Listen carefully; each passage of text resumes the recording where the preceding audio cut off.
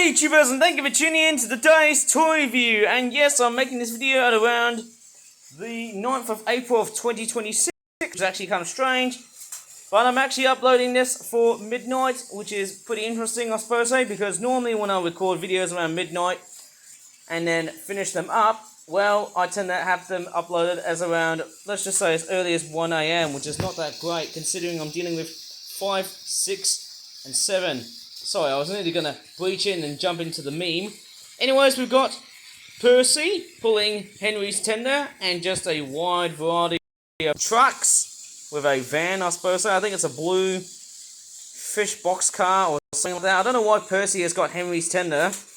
Maybe he's got a long way to go, which is a bit strange. Or maybe he has stolen Henry's tender on purpose. Maybe he might have kicked Henry's backside, which obviously is his tender.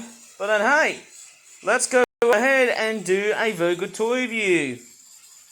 And hey, let's not forget Donald. He's actually pulling just a slow goods train, and he's basically coming off the rails a lot, probably because of that point section right here. And it looks like that this layout is kind of a little bit more like a very strange interpretation of Mickey Mouse. Don't tell me, but we're not doing Disney references because we haven't got Donald the Duck. It's just Donald the Train. Right, where's Douglas when you need him? Alright, I'm just going to go ahead and start going around, and we're going to be reviewing some flip-flop products. Oh, did you just see these two?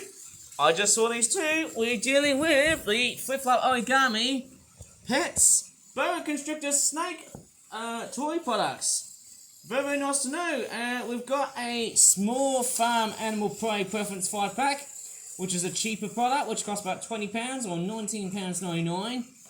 And then we've also got a wild prey 5-pack, which doesn't make sense, although it costs around £22. It's got a chicken, and it looks like the packagings always seem to be the hallmarks of what I see with snake-themed products. They always tend to open up really, really early, which that seems to be the biggest bugbear when it comes into making snake-themed products. But let me just go ahead and have a look at the artwork first on the packagings before I start to basically unbox or unpack these things. So let me take a look at the expensive product first. Okay, this costs about £22, £21.99. Back of the packaging obviously looks like that. We've got a monkey. Haven't seen monkeys for a long period of time. We've got a, is this an iguana? And then we've also got a boa constrictor. I actually want to make another squirrel monkey themed product just because I've seen some in, which part of Malaysia? Was it the farm in the city? Which didn't seem to fit in that much, I suppose, hey. And we've also got the cheapened product, which is of course the small farm animal prey preference 5-pack. And I wonder where's Donald, as he just came off the rails or something like that. And off goes Percy with Henry's tender. And the reason why I've chose that is because, well, it's green, but also it has holes on the wheels. Bit strange. And actually Donald is actually back on the rails. Interesting. He still runs like clockwork. I'm just going to go ahead and zoom in and just have a good track shot of Donald, making sure he's running absolutely well. I've got a tower fan with me just because it was a relatively warm spring day yesterday, but conditions wise we're back into winter. You know, it's like 4 seasons in one day, or 2 days in general, or 4 seasons in 1 week, which actually seems to fit in more better, I suppose, eh? There you go. Nice to have 2 trains running in the same day, I suppose, eh? Very, very nice. Oh, yes. I do love the sound of these trains, but hey, let's focus. Snakes. Okay, let me have a look at the boa constrictor snake small farm animal prey preference 5-pack, which costs about £20. There's the back of the packaging. We've got a bunny rabbit. Maybe he's off, basically just exiled after his failed Easter egg hunt. Obviously, chickens and a snake, which obviously makes sense. Okay, looks very, very cool. Oh well, yes, the snake measures about 1.8 to 2.1 meters, but we won't know until we have a look at what's actually from the inside. Okay, out they come. Yes, we've got the big size boa constrictor, and it looks pretty cool. Although it seems like there's a lot of splodging and dodging around with the paint, which is not a really great sign, and that is the major hallmarks with these types of toys, especially when it comes to the snakes. And large ones like this, I think this one measures about 1.8 to 2.1 meters. I'm not sure. I'd say 2.1 meters. I'm not quite totally sure about that. I suppose I'd say 1.8 because of the short length, I suppose. The way that this snake has been detailed, it looks okay, although maybe from the back, it's probably not the nicest in the way it's been detailed. I mean, it almost looks more like a children's crafts sort of thing. You know, it actually looks more, well, let's just say kiddie-like instead of more realistic in terms of its design. Although, do bear in mind, snake patterns in real life do seem to be highly erratic. So don't get worried about the fact that this is not a perfect rendition of a boa constrictor. And there's the head. Obviously, it almost looks like it's smiling. But actually, the mouth here is actually this separate part here. This lower mandible here, which moves up and down. Hello, I'm a snake.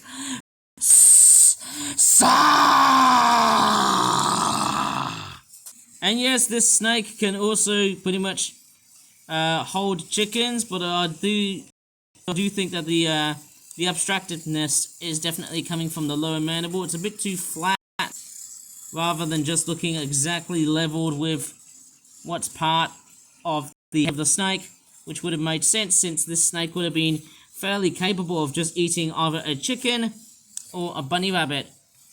And actually, do we have another chicken? Yes. Let me take a look at the chickens. We're going to take a look at this hen. Yes, actually, I suppose. She looks very much rusty, like an old red rusty relic. I don't know what breed of chicken that is. Just looks more like a typical chicken, although it does look a little bit like the Roadrunner from one of these Looney Tunes cartoons. Like, you know, meep meep. But, hey, boy, I say boy. I don't know why I'm turning into Foghorn Leghorn, without even swearing. I say boys, ladies and gentlemen, boys and girls. Boy, I say boy, look at that very skinny boy. Oh, sorry, skinny girl. Skinny gal. I don't know what I'm going to say, but we've got a very weird dumpy looking tail at the back. And it's got all the proportions of what you find on a chicken, especially ones which look skinny like that. I don't know, maybe the hen would have been much more better if it was more chubbier and a bit more fatter. Okay, maybe it's just based on a, what's another breed of chicken which looks like that? Maybe the Shamo chickens, you know, the fighting chickens? Cockfighting chickens. Okay, we've got a green, darkish green looking chickens because, hey, you might be thinking, oh, but it almost looks like we have black chickens. Well, we've already made black chickens. Well, how about a dark green, military grade looking camouflage, sort of bluish, greyish, greenish, sorry, blackish, greenish, bluish sort of chicken. You know, it's got like a metallic sheen onto it. Doesn't even want to stand properly, this thing. Poor Hannah, she's pretty much got, she's got walking disabilities. She's pretty much a handicap. Sorry, I feel like she's crippling. Why am I doing some weird pejoratives that's going to pretty much censor YouTube for things like that? Right, we've got a very weird looking tail, which also appears to have a snake's head. I don't know why, maybe it's just a coincidence. And why are these chickens, I don't know why, but it seems the strangest thing is definitely their hooks look like beaks. So maybe these birds are kind of labels. Quite weird, isn't it? And then we've also got a rooster or cockerel. Hopefully I don't say the word cock or else YouTube will just kill me. Cock-a-doodle-doo! What should I just say? Right. This is what it really means to be a rooster. Why am I thinking of Miranda at the moment? Hey, the chicken, right? Rooster thing. Right, there's the back of it, of course. And there's the feet on this. I suppose it's a very good stander.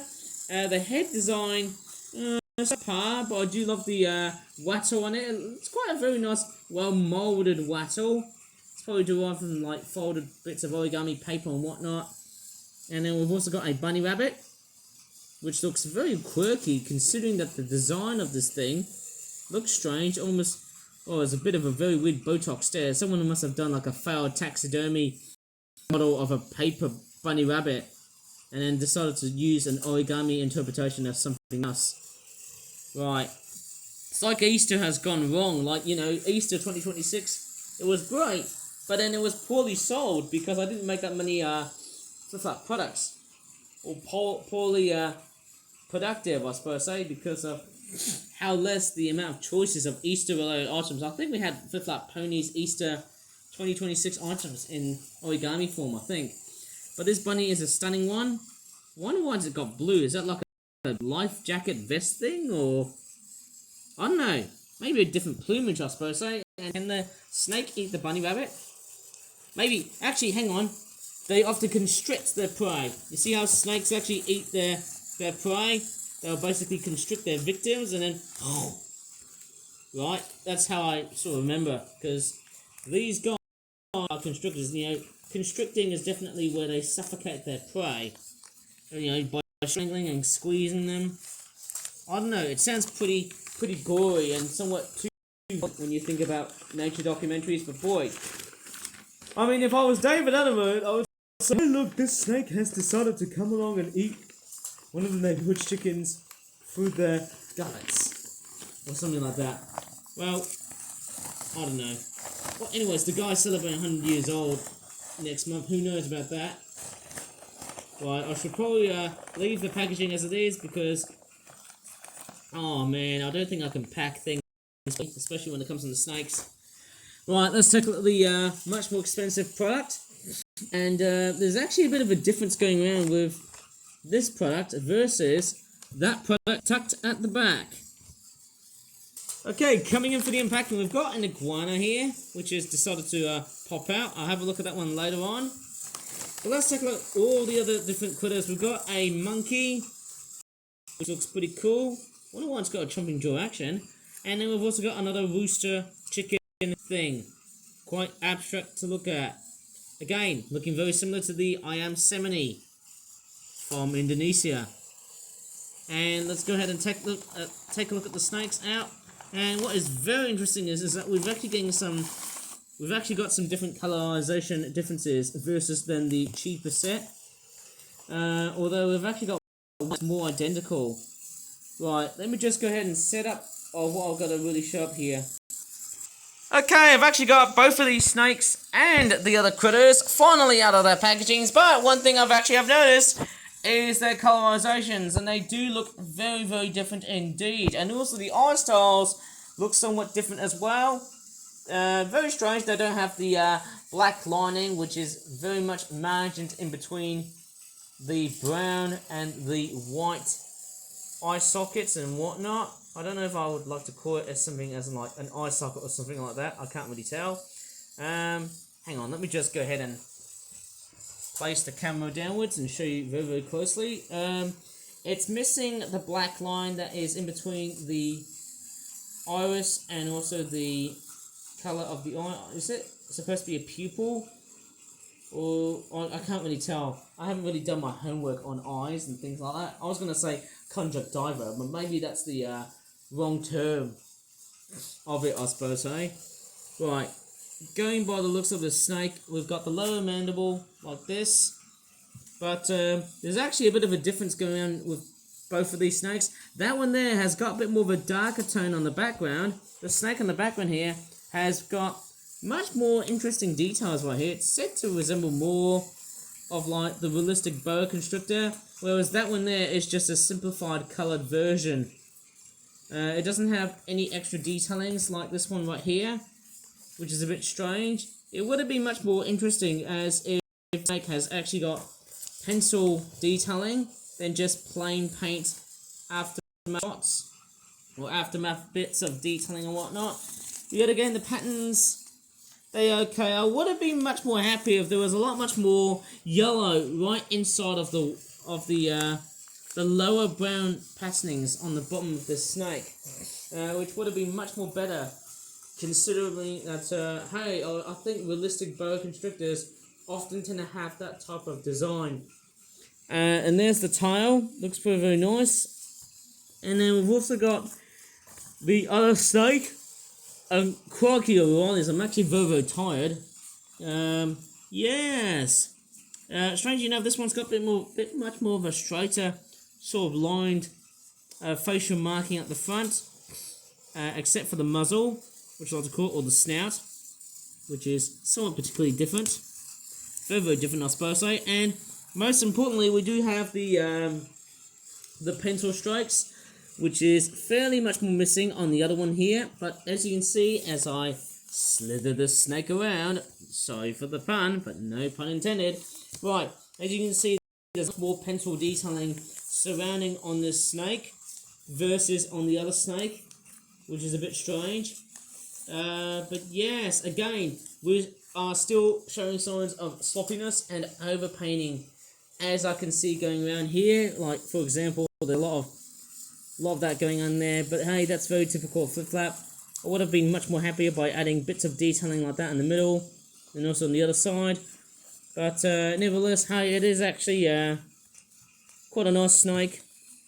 I mean, yeah, the level on this, I can't really tell. Maybe the level of detailing is probably the other grind of these types of snake related toys. I think the much better ones I've made were the reticulated python and the Burmese pythons. They were excellent, of course, although they were not that perfect.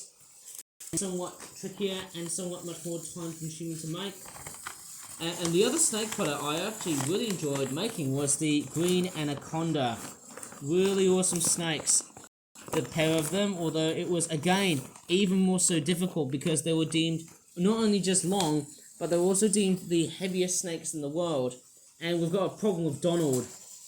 Right, it looks like Donald has actually derailed out from his tracks. Yes, that's not a very good sight to see. Okay, Donald, you're finally back on the rails. Thank goodness for that. Right, let's take a look at the other critters, which would have also been part of this review, but because I've decided to pack the snakes away in order for some more further detailings, let's take a look and start up with the squirrel monkey first. Whoops, sorry, my tablet's dropping down to the floor by accident. So, this is, of course, what's meant to be. There's its tail. Again, I haven't really been making that many monkey-themed products. Maybe I need to. Okay, because I've seen squirrel monkeys at the farm in the city at Kuala Lumpur. Or is it South Kuala Lumpur? I can't really remember which part of Malaysia it was. I think these are native to South America. Here, right? Lovely golden yellow, sort of detailing around the sides of its body, and we've also got some nice yellowish, sort of brownish, ochre looking feet, and hands and arms and feet right over at the bottom. Of course, I do love the designs of that. No losses in info, but then hey, that's very typical of how I seem to make toys like that. The tail does sort of move, and also that mouth. Alright. I wouldn't get into something as crazy as that, but hey, who knows? Maybe the Monkey Empire should probably return, as crazy as this sounds. Then we've also got this iguana type critter. It looks very, very nice. I do love mouth action, of course. I do love the mouth jaw action, of course. Almost looking a little bit like a turtle, but this is an iguana. Going by the designs of this critter. Looks nice. I'm actually really glad. Would have been nice if there was more spine detailing, how real iguanas tend to have, like more protrusion spikes on the top of its body and tail. But nevertheless, hey, it does look like what it's supposed to be, an iguana. Very, very nice. It's a green iguana. Very, very nice. And then we've also got green, dark, greenish, blackish looking chicken. Again, I wonder why we're getting so many chickens. Maybe it's because chickens are very much the prime time prey item for snakes and other carnivorous reptiles. Yes, very, very nice. Like, you know, crocodiles and monitor lizards. Don't think I can fit them all in. But I mean, who knows? I feel like I've been going snake crazy. I feel like I've been making way too many snakes. I mean, who knows? It's kind of weird we're getting a bit of a legacy of what I've just been making so far. I mean, who knows? I wonder how many snakes we'll have by the end of the year. Even more so, if not lots. More so than 2025, which was deemed as the year of the snake, according to the Chinese zodiac. But hey, you know what? That will have to do, because hey, I'm certainly done looking at snakes. Until maybe the next time, whenever I'm ready, I can try and make as many snakes as I want. As long as I'm okay, A-okay to possibly say the least, I'll be glad to know. Anyways, I'm just going to leave this video here. If you really enjoyed this video, please give this video a very good like. Subscribe for more flat videos in the future. And as always, thanks so much for watching. And again, sorry I actually forgot to mention that I actually didn't add enough time to try and measure these two snakes versus that other one. I might as well try and do it in another video whenever I've got some time to do so. But for the time being, hey, I need to catch some Z's and prepare for tomorrow. Anyways, again, thanks again for watching the video, and bye for now. That's all I can say here.